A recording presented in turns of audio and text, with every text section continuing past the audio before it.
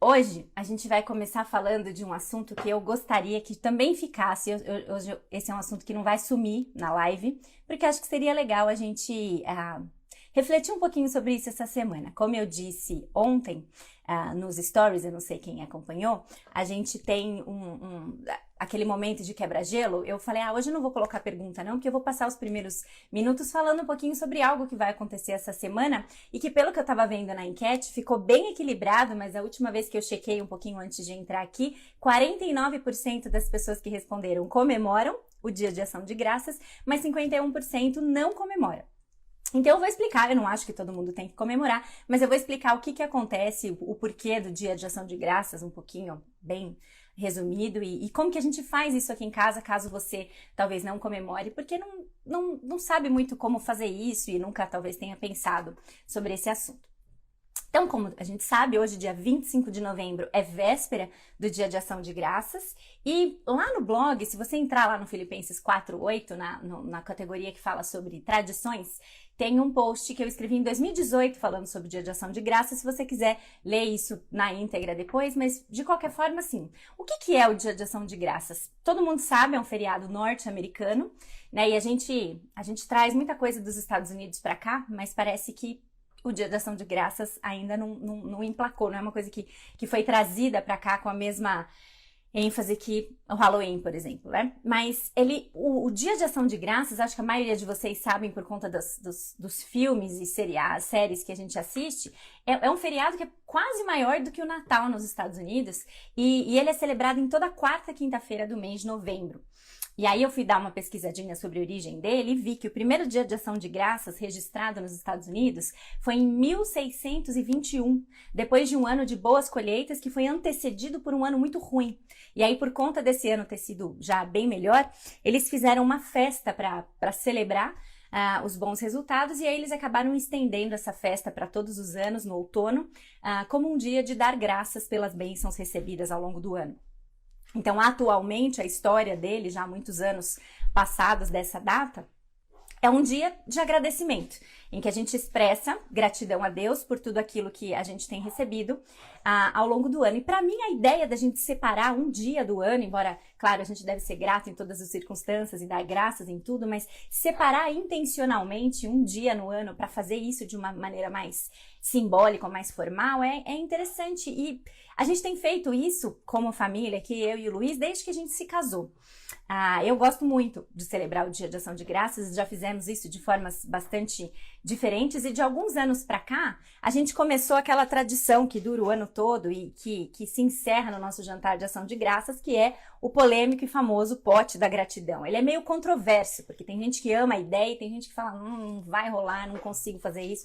E eu não acho que você tem que fazer, mas é uma coisa que a gente faz aqui em casa. O que acontece? Ele nunca foi, não foi sempre esse potinho bonitinho, escrito pote da gratidão. Esse aqui eu ganhei numa reunião do Mater, antigo MOPS, o ano passado. Mas o que acontece? O que a gente faz? Como que a gente usa um potinho como esse? Ao longo do ano, a gente vai escrevendo com qualquer papelzinho aí, motivos que a gente tem para agradecer. Ao longo do ano isso vai acontecendo. Então a gente faz desde coisas grandes como a conversão de uma das crianças, a cura de alguma doença mais séria na família, alguma conquista profissional, ou até coisinhas pequenininhas ou coisas menores, pequenas conquistas que, se a gente deixar para lembrar ao longo do ano o que aconteceu, a gente vai acabar se lembrando com frequência só das coisas maiores, mas coisas pequenas como o primeiro dente que caiu das crianças, um passeio gostoso que a gente fez em algum dia, etc. Então esses últimos, os menorzinhos, é o que eu disse, com frequência, se a gente deixasse para agradecer ou para lembrar dessas coisas só num dia específico, como a retrospectiva do ano ou no Dia de Ação de Graças, talvez a gente esquecesse. Mas são esses pequenos momentos, essas pequenas coisas do dia a dia, que quando elas são anotadas e colocadas aqui, é muito gostoso de reler depois. Porque aí no Dia de Ação de Graças, a gente abre esse potinho e a gente lê um por um, relembrando tudo aquilo que a gente tem para comemorar e para agradecer. Então, realmente, eu já abri papeizinhos que eu realmente não lembrava. Livramentos, conquistas, orações respondidas, coisas que a gente não lembrava. E como é gostoso ter um dia do ano em que a gente vai se sentar como família e lembrar de todas essas coisas. E do ano passado para cá, As crianças agora também estão participando mais ativamente. Então também é gostoso você pegar uns papeizinhos que antes a maioria era eu ou o Luiz que escrevia, mas agora a gente pega um papel e lá tá escrito assim, oba, férias. Já peguei um papelzinho que estava escrito, estou com dente mole. Um outro papelzinho do ano passado escrito rafting. O João amou, a Esther e o João amaram fazer rafting. E foi muito gostoso ver a percepção das crianças sobre isso e elas também entrando devagarzinho nessa tradição. Agora, não é uma coisa que você precisa fazer todo dia, e o que você vai perceber, como eu percebi esse ano, é que não tem uma coisa que... Não é para se tornar uma coisa assim, um negócio legalista, sabe? Todo dia, assim, nós temos que agradecer todos os dias, então todo dia você tem que escrever alguma coisa. É alguma coisa que salta aos seus olhos. Esse ano, o ano foi corrido, foi meio atribulado, acho que para todo mundo, e eu pensei nisso na semana passada, olhei pro potinho e falei, esse potinho tá muito vazio, vou lembrar de algumas coisas aqui. Sentei e já escrevi uns 10 ali no dia. Então não é uma coisa que sabe, não precisa de muita neura pra isso acontecer. O importante é você ter esse hábito e assumir que em alguns momentos da vida isso vai ter caras diferentes. Então, assim, a gente ensina, acho que é uma forma da gente ensinar a gratidão e comemorar isso e celebrar isso no Dia de Ação de Graças. Não precisa fazer, não faz parte do protocolo do Dia de Ação de Graças. E, aliás, não existe protocolo para o Dia de Ação de Graças. Então, tô falando quinta, a gente vai fazer um jantar aqui. Não imagina que vai ser assim, aquele jantar, né? Super jantar de Ação de Graças. Até porque, normalmente, a gente faz na quinta-feira. E como já, inclusive, tá perto do Natal, a nossa ideia era ter um momento nosso... comer coisa gostosa, agradecer o ano e relembrar dessas coisas. Então, como que a gente faz? Só pra encerrar esse momento, só pra você ver que não precisa ser nada assim super caprichado. Se você quer fazer uma coisa super caprichada, chamar um monte de gente, esse ano você não pode, mas de repente ano que vem você pode fazer. A gente já fez um evento chamando gente aqui, mas a maioria das vezes a gente faz só a gente mesmo. Então, escolha a data. Olha só, os passos para planejar a sua ação de graça. Você escolhe a data, que nem sempre... vai dar para ser no próprio dia, a gente tem que ser realista com a nossa rotina. A gente avisa as pessoas, fala, semana que vem, jantar de ação de graça. Anota esses passos, hein? E aí, o que é importante? Eu tava vendo isso, inclusive, nas dicas que a Dani da Min colocou sobre o Ação de Graças, e eu achei interessante trazer, porque ela trouxe, e é uma coisa que a gente precisa pensar mesmo, pensar num cardápio que todo mundo gosta. Eu achei isso muito interessante, porque não é a ocasião de você fazer ninguém experimentar salsão, experimentar pepino, experimentar um peixe raro, nada disso. Então é o que a sua família gosta, é o que vocês gostam de fazer, e normalmente Naná, puxo um pouco pro lado natalino. Então eu não vou fazer um peru para 4 pessoas, porque, né, não vou. Mas eu já tentei até aquela bolinha do peito de peru, mas parece que não tá rolando muito. Então, esse ano a gente vai de tender, purê de batata, aspargos grelhados e brownie de sobremesa. Fechou, esse é meu cardápio para esse ano. Arrumo uma mesa bonita, caprichada, realmente especial. Vou enfeitar esse ano com os versículos que as crianças pintaram. Se você for na internet, você vai ver diversos recursos de versículos diferentes que são possíveis hoje da gente imprimir facinho e colorir, ou pedir para eles mesmos desenharem, fazerem qualquer coisa desse tipo. E, na verdade, esses versículos estão em inglês e eu vou deixar eles em inglês de propósito, porque eu também vou dar uma explicadinha no fato de que a tradição é norte-americana. A gente janta, lê os papeizinhos, ora agradecendo a Deus por tudo que Ele tem feito e é isso. Sem grandes cerimônias, mas um momento especial, gostoso, uma tradição familiar. Depois que o jantar encerra, eu tenho uma tradição naná, que acontece normalmente no dia seguinte ou na semana seguinte. Eu tenho um arquivo no meu e-mail, no meu computador, com todos os motivos, com todos os papeizinhos escritos desde 2015. E aí eu pego esses papeizinhos, vou lá e coloco todos eles no computador. E aí sempre que eu vou passar um ano a limpo, é muito gostoso, porque eu não aguento, eu acabo relendo os anos anteriores. Então já são, assim, anos acumulados de bênçãos ordinárias, bênçãos do dia a dia, que a gente consegue relembrar e entender o que Deus já fez. E puxa, quanta coisa já aconteceu. Quanta coisa já aconteceu. Então eu deixo aqui o meu incentivo, caso você ainda não comemore, se você se animou, se você achou a ideia interessante, faça isso amanhã. Ah, mas eu não fiz o pote. Você não precisa do pote.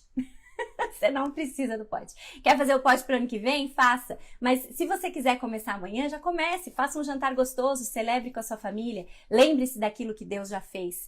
E É mais uma forma da gente ser intencional em relação àquilo que Paulo diz em 1 Tessalonicenses 5,18. Sejam gratos em todas as circunstâncias, porque essa é a vontade de Deus para vocês em Cristo Jesus. Então é isso aí. Vamos entrar no nosso assunto, tá bom? Deixa eu desativar aqui só. Hoje a gente vai falar sobre a última maneira. E eu decidi fazer um encerramento só na próxima, para você que estava aí ainda, talvez, se perguntando se seria hoje ou se seria na próxima semana. Vai ser na próxima semana e assim a gente vai completar também 10 episódios. Então, se você lembra que eu tenho um tique nervoso, que quando as lives eram todo dia, eu planejava de um jeito que ela sempre tinha que acabar na sexta-feira, porque sexta-feira é dia de acabar a live. Agora que ela é toda semana, ela não consegue mais acabar na sexta. Então, o meu novo tique nervoso é que as séries têm que ter número par de episódio. Então, hoje é o 9º, semana que vem vai ser o 10º, tá? Logicamente, não é por isso, mas vai dar 10 e eu fiquei aliviada quando eu vi que vai dar 10. Qual é a 12ª maneira? Nós nos tornamos duros uns com os outros. Essa é a última maneira do risco que nós corremos quando os celulares começam a nos transformar e a gente não faz um pensamento, uma avaliação crítica do nosso uso e do nosso comportamento diante das telas.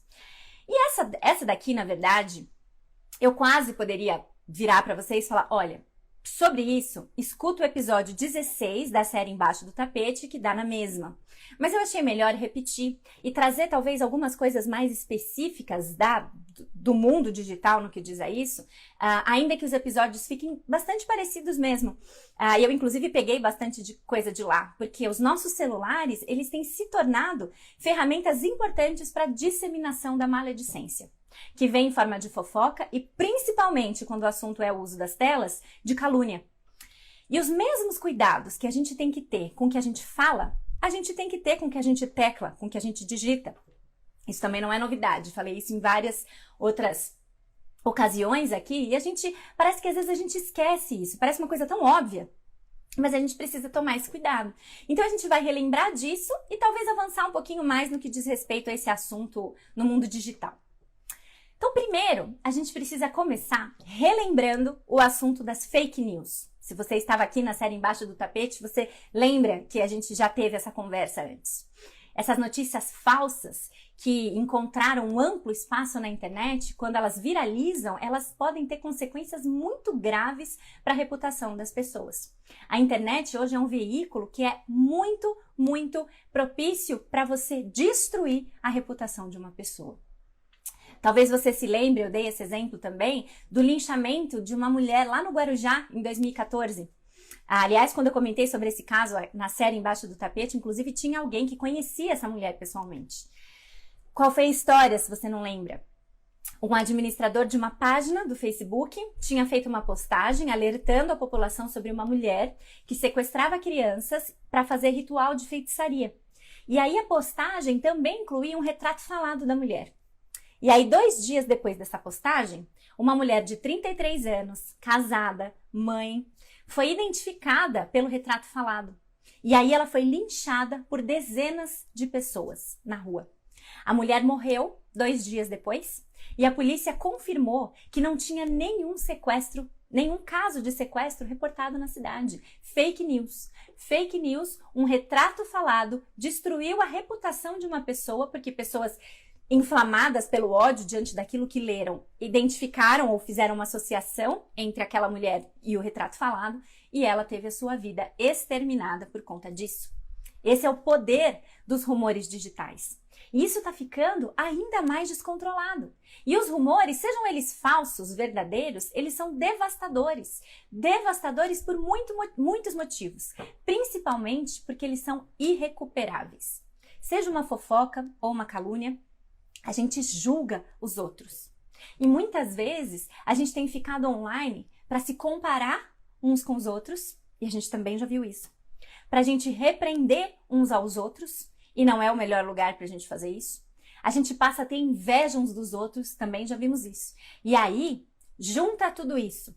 Quando a gente descobre alguma coisa sobre alguém, quando a gente descobre os podres, como o livro diz, uns dos outros, a gente julga e às vezes a gente divulga. Então, Quando a gente pensa em fofoca e calúnia, existe uma diferença entre esses dois conceitos. A fofoca é um mexerico, feito naquele contexto de uma conversa fiada ou uma conversa descuidada.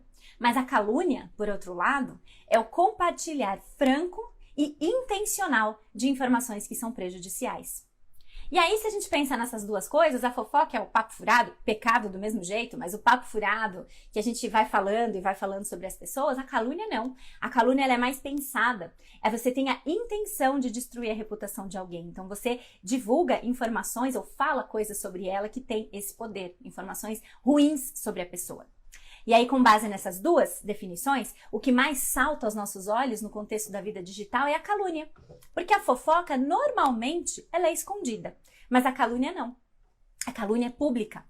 Elas são aqueles comentários que denigrem, as postagens que atacam os outros e etc. No livro 12 Maneiras como seu celular está transformando você, o autor fala sobre um aplicativo que eu não conhecia, não conheço e também não fui pesquisar sobre ele, mas o aplicativo se chama People, mas não People de People. É um People, P-E-E-P-L-E, People, em que as pessoas podiam ou podem entrar e elas avaliam publicamente os indivíduos. Eu não conhecia, eu nunca tinha ouvido falar sobre esse aplicativo. E aí você tem lá a pessoa e você pode fazer a avaliação de 1 a 5 estrelas sobre essa pessoa. Imagina o tamanho do problema de um aplicativo desse existir. Deu tudo errado nesse aplicativo. Eu não sei qual era a intenção que a pessoa que criou isso tinha na cabeça, mas assim, não deu certo?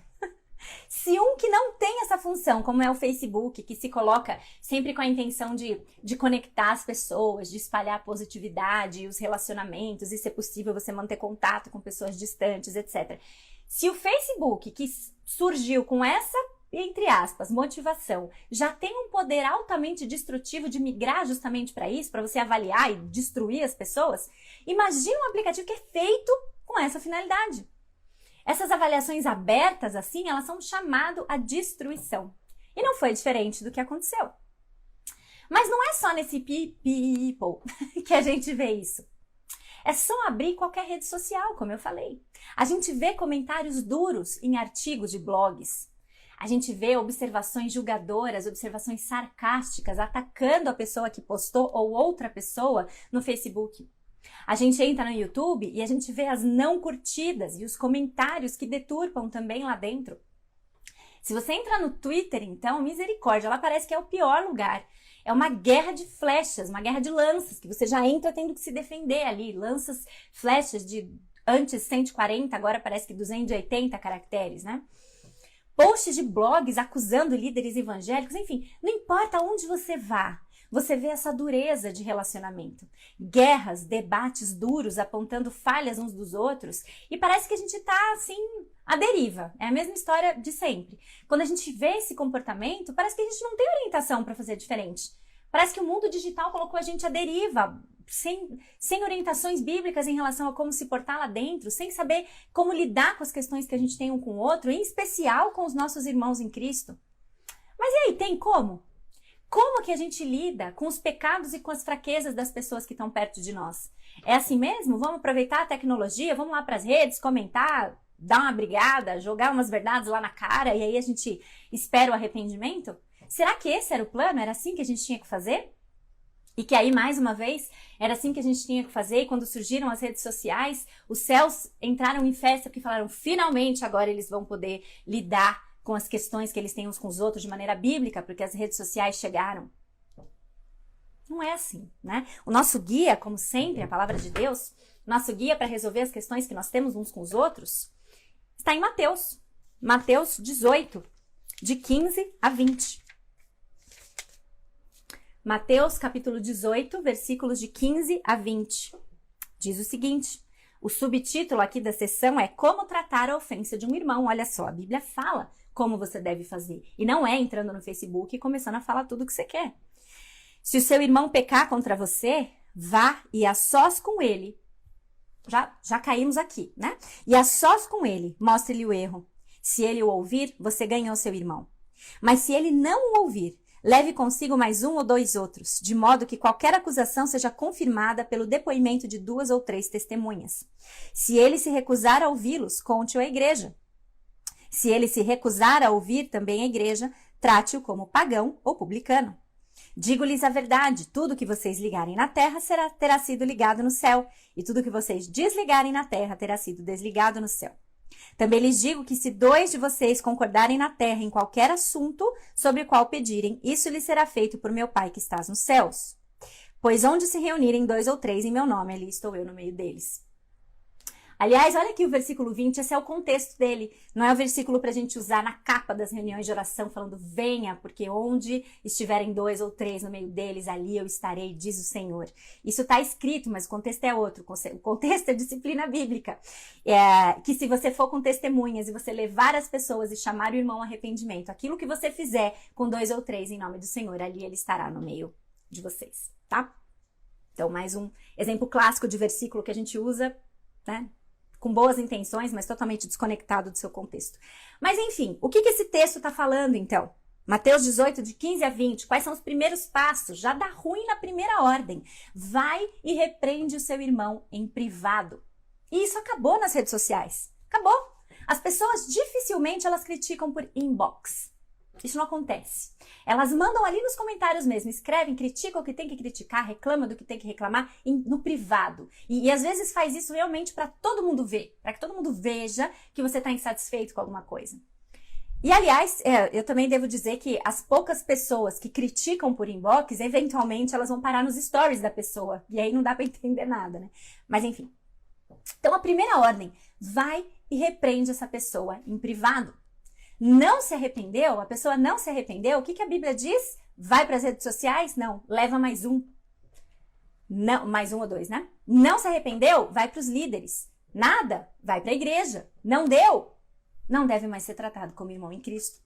Há um processo para lidar com essas coisas. E a gente atrapalhou tudo. E a gente começou a fazer isso ali, publicamente. Começa a falar duramente nas redes sociais, ataca os outros, joga na cara dos outros. E é a Bíblia que tem que nos orientar a como conduzir essas coisas. Quem deve se envolver em questões que precisam ser tratadas entre os membros ou entre as pessoas são só as pessoas que são chamadas para o caso. As 2 ou 3 testemunhas que são chamadas para o caso, depois a liderança da igreja, como eu já disse, quando a gente falou sobre fofoca, o Sacha fala uma coisa que eu gosto de pensar, né, que se você não faz parte do problema nem da solução, você não se envolva no caso, você não leve a informação adiante, né? Ou você faz parte do problema ou você faz parte da solução. Se você não está em nenhum desses casos, você não está chamado a se envolver nisso. É tão claro como... Mas a gente precisa repetir. Se a gente não é chamado, a gente não tem que se envolver. Você não tem que comentar. Ah, mas eu não me seguro. Você segura. Pela força do Espírito Santo, você segura. Você ora e pede para o Senhor segurar. Você não deve comentar. Não deve postar indiretinhas, nem muito menos se envolver diretamente. Você não foi chamado. Você não faz parte da solução. Fica quieto. Fique quieto. Se o padrão que a gente aprende para o nosso discurso está lá em Efésios 4:29, também já fizemos, inclusive nessa série mesmo, uma paráfrase acerca de como isso deve ser com os nossos celulares ou nas redes sociais também. Como que o nosso discurso tem que ser orientado quando nós somos novas criaturas, nos despimos do velho homem, estamos nos revestindo do novo. Nenhuma palavra torpe saia dos dedinhos de vocês, mas apenas aquela que for útil para edificar os outros, conforme a necessidade, para que conceda graça aos que leem essas palavras. Mesma coisa. Efésios 4:29, na verdade, está falando para nenhuma palavra sair da boca de vocês. Mas, por favor, as mesmas orientações cabem para aquilo que você digita, para que você conceda graça aos que ouvem ou aos que leem aquilo que você escreve. E a gente perde a noção disso quando a gente se manifesta só por escrito, nas telas, sem ver ninguém. E com isso, a gente perde a misericórdia no trato uns com os outros. A gente falou um pouco isso também na semana passada, quando pensamos um pouco naquela dinâmica que a gente tem de quando a gente acessa as redes sociais, a gente passa por 5, 6 postagens de teor totalmente diferente e a gente tem o risco de não se envolver emocionalmente com nenhuma delas. É tudo muito superficial. E além de superficial, a gente vai se tornando duro. a gente vai se tornando duro, a gente perde a misericórdia, a gente é duro, raivoso, joga um monte de pedra em situações em que a gente nem sequer é chamado. E mais, coisas que muito provavelmente a gente não teria a coragem de fazer pessoalmente. Mas aí nas telas parece que é diferente. Então eu me sinto totalmente à vontade de atacar alguém que falou alguma coisa que eu não concordo, e eu vou lá e ataco essa pessoa, depois eu encontro com ela pessoalmente, eu fingo que eu não conheço, nem falo com ela. Então, tá tudo errado, a gente precisa repensar. A gente precisa trazer a Bíblia, a nossa cosmovisão cristã, a forma bíblica de viver, para o meio digital. Calúnia e difamação, elas são usadas de forma sinônima na Bíblia. Ou seja, aquilo que é dito para acabar com a reputação de uma pessoa. O caluniador ou difamador, em Tiago 4,11 e em 1 Pedro 2,1, é a pessoa que fala contra outra pessoa. É uma violação direta da lei de Deus. Levítico 19,16 nos alerta sobre isso. Deus diz: não espalhem calúnias entre o seu povo. E isso vale para as redes sociais também. A calúnia nos desqualifica para a comunhão com Deus. Quando a gente destrói com as nossas palavras aqueles a quem Deus ama, e é o que a gente faz, que não só Deus ama, mas Ele está procurando restaurar, se é o caso que essa pessoa está em pecado, como todos nós pecamos, a gente se coloca em oposição a Deus, a gente se coloca em oposição ao seu propósito. E muitos de nós têm caído no engano ou na mentira de achar que não tem problema em a gente transmitir informações negativas se elas forem verdade. Porque a gente percebe, não, mentir eu não vou. Mentir não dá, mas passar para frente uma verdade danosa também é imoral.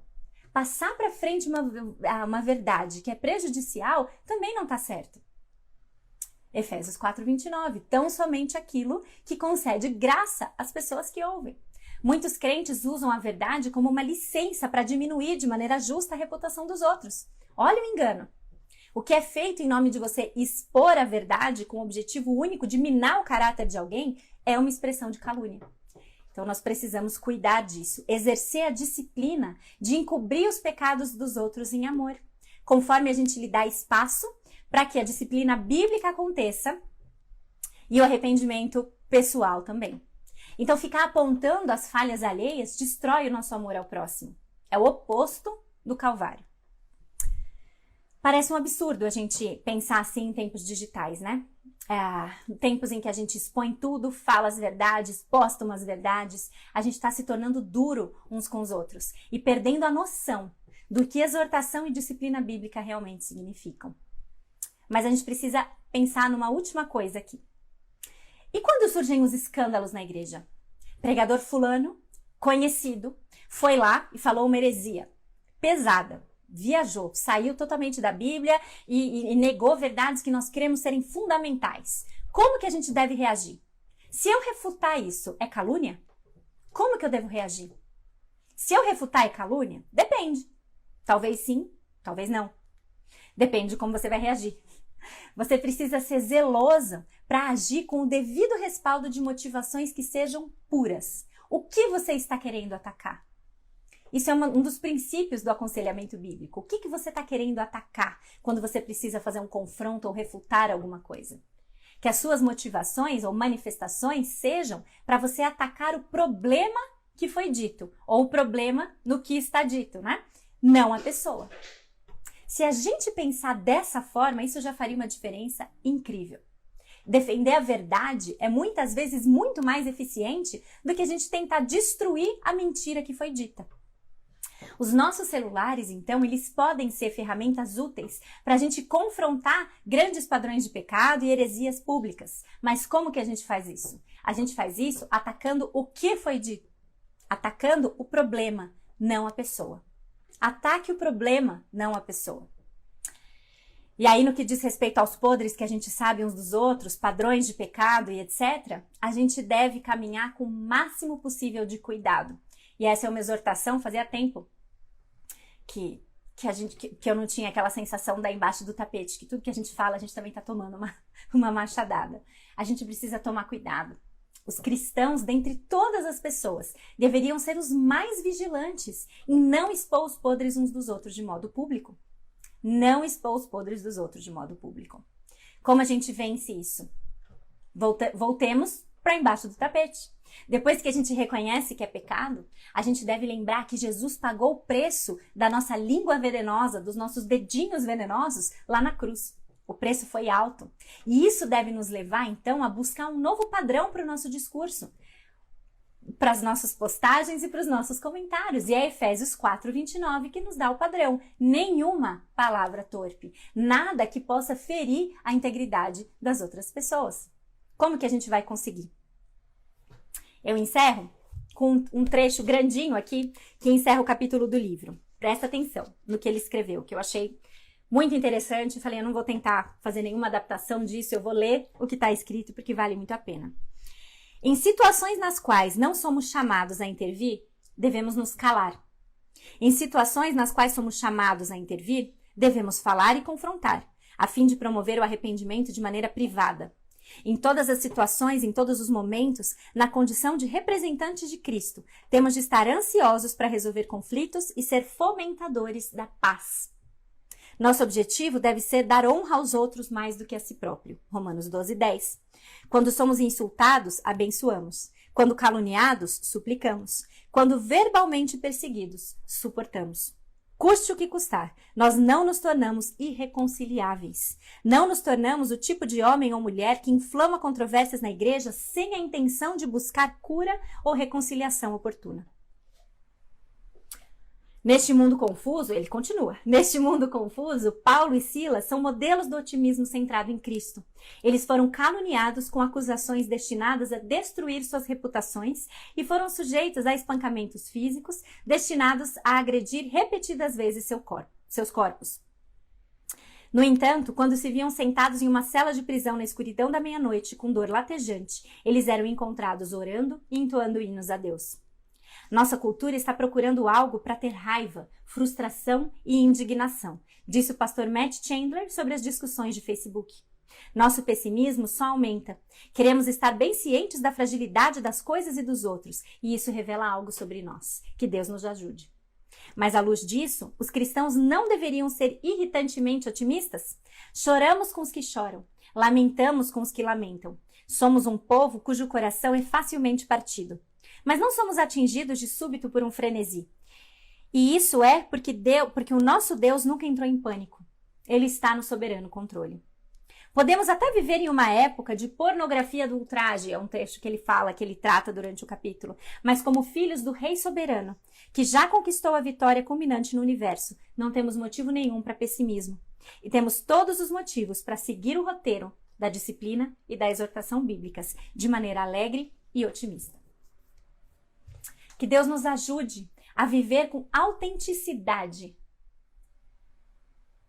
Autenticidade é a palavra. As orientações que Ele separou para nós quanto ao nosso discurso. E em relação também à nossa forma de agir, e em relação também a como a gente confronta e exorta o próximo.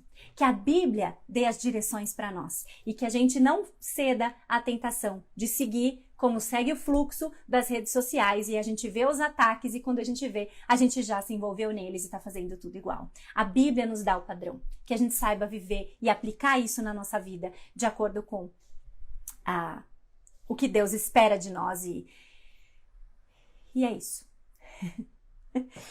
Muito bem, semana que vem, então, é o nosso encerramento. E o que a gente faz em semana de encerramento? A gente vai fazer o clássico e famoso apanhado geral, o que veio até aqui, e tentar responder também a pergunta, e daí? E agora? E daí? E agora? O que isso muda a nossa vida? E eu espero você, então, na semana que vem, para o nosso encerramento da série Intoxicados, tá bom? Que Deus nos abençoe, então, gente. Até semana que vem. Boa semana. Bom dia de ação de graças para quem for comemorar. Que seja um tempo gostoso e especial na família de vocês, tá bom? Que a gente possa se lembrar das grandes coisas que o Senhor tem feito por nós e se alegrar com isso. Um abraço para todo mundo e até semana que vem. Tchau, tchau.